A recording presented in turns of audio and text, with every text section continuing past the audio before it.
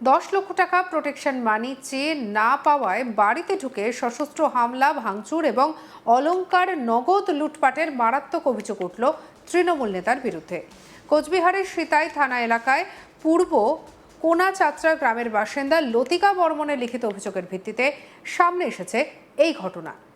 ওই গ্রামেরই তৃণমূল কংগ্রেসের পঞ্চায়েত সদস্য তিনি। গামছা দিয়ে মুখ ঢেকে রাতের অন্ধকারে এসে তাণ্ডব চালানোর অভিযোগ তুলেছেন তিনি।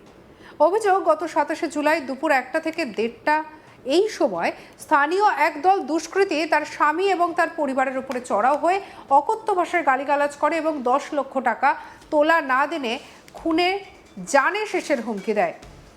এরপর ওই দিনই রাত 1:30 নাগাদ অভিযুক্তরা ধারালো অস্ত্র, বাঁশ এবং আগ্নেয়াস্ত্র নিয়ে পুনরায় তাদের বাড়িতে হামলা চালায়।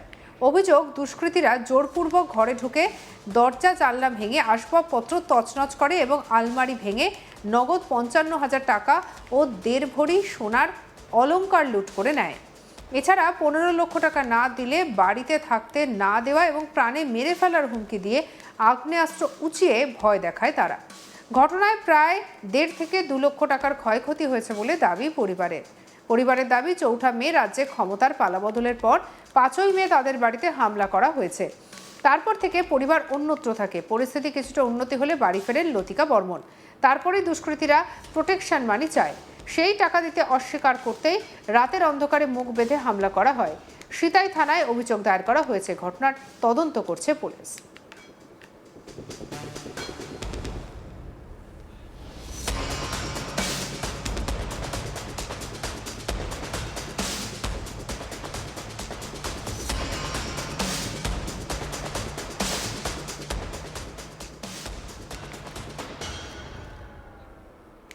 10 লক্ষ টাকা প্রোটেকশন মানি চেয়ে না পাওয়ায় বাড়িতে ঢুকে সশস্ত্র হামলা, ভাঙচুর এবং অলংকার নগদ লুটপাটের মারাত্মক অভিযোগ তৃণমূল নেতার বিরুদ্ধে। ঘটনায় রীতিমতো কোচবিহারের সিতাইতে চাঞ্চল্য ছড়িয়েছে। সিতাই থানা এলাকার পূর্ব কোনাচাত্রা গ্রামের বাসিন্দা লতিকা বর্মনের লিখিত অভিযোগের ভিত্তিতে সামনে এসেছে এই ঘটনা। ওই গ্রামের তৃণমূল কংগ্রেসের পঞ্চায়েত সদস্য তিনি। গামছা দিয়ে মুখ ঢেকে রাতের অন্ধকারে এসে তাণ্ডব চালানোর অভিযোগ তুলেছেন।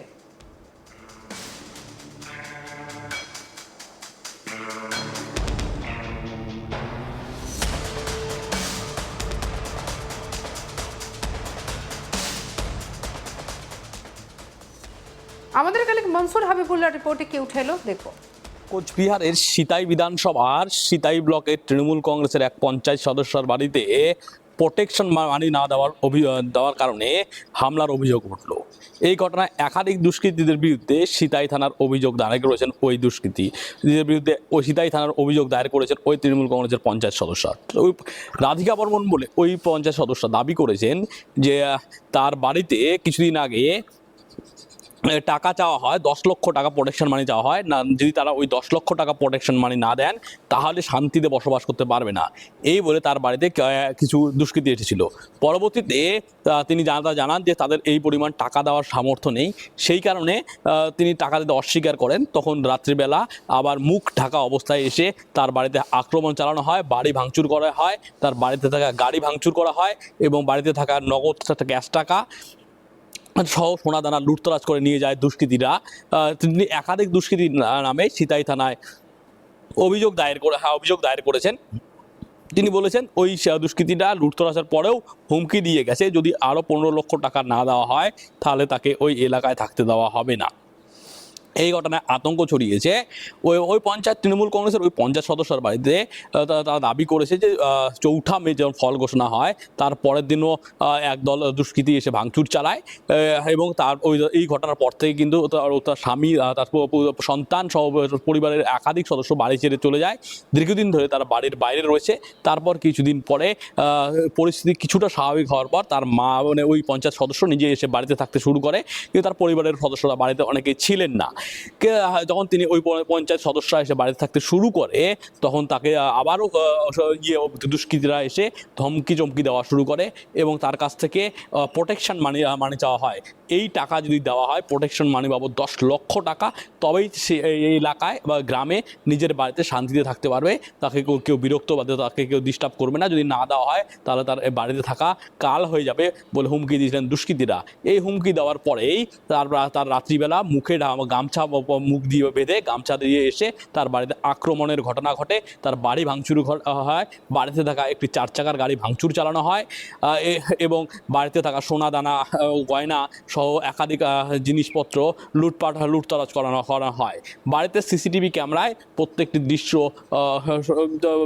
নথিবদ্ধ হয়েছে এবং সেই সিসি ক্যামেরা ইতিমধ্যে ভাইরাল হয়ে গেছে সোশ্যাল মিডিয়ায়।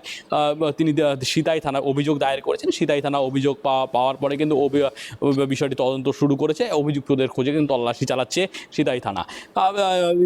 তৃণমূল কংগ্রেসের 50 সদস্য দুষ্কৃতীদের নামে অভিযোগ দায়ের করেছেন। তিনি কোনো রাজনৈতিক দলের বিরুদ্ধে কোনো অভিযোগ দায়ের করে, তো ওয়াকিবহল মহল মনে করছে যে এই ঘটনার সঙ্গে বর্তমান রাজ্যের শাসক দলের সংযোগ থাকতে পারে। যদিও রাজ্যের শাসক দলের নেতারা অর্থাৎ বিজেপি স্পষ্ট জানিয়ে দিয়েছেন বিজেপির নেতাকর্মীরা এই ধরনের কোনো কাজের সঙ্গে জড়িত নয়।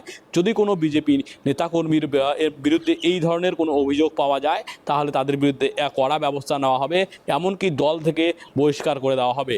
বিজেপি দাবি করেছে যে বাংলায় এতদিন ভয়ের পরিবেশ ছিল। তৃণমূল আমলে তৃণমূলের গুন্ডারা সাধারণ মানুষের অত্যাচার করত, গুন্ডার ট্যাক্স নিত, সিন্ডিকেট রাজত্ব চলতো, আর সেই গুন্ডার রাজের অবসান হয়েছে। মানুষের মধ্যে এখন ভয় আউট, ভরসা ইন হয়েছে। আর এই ভরসা ইনের কারণে সাধারণ মানুষ মন খুলে তাদের কথা বলতে পারছে।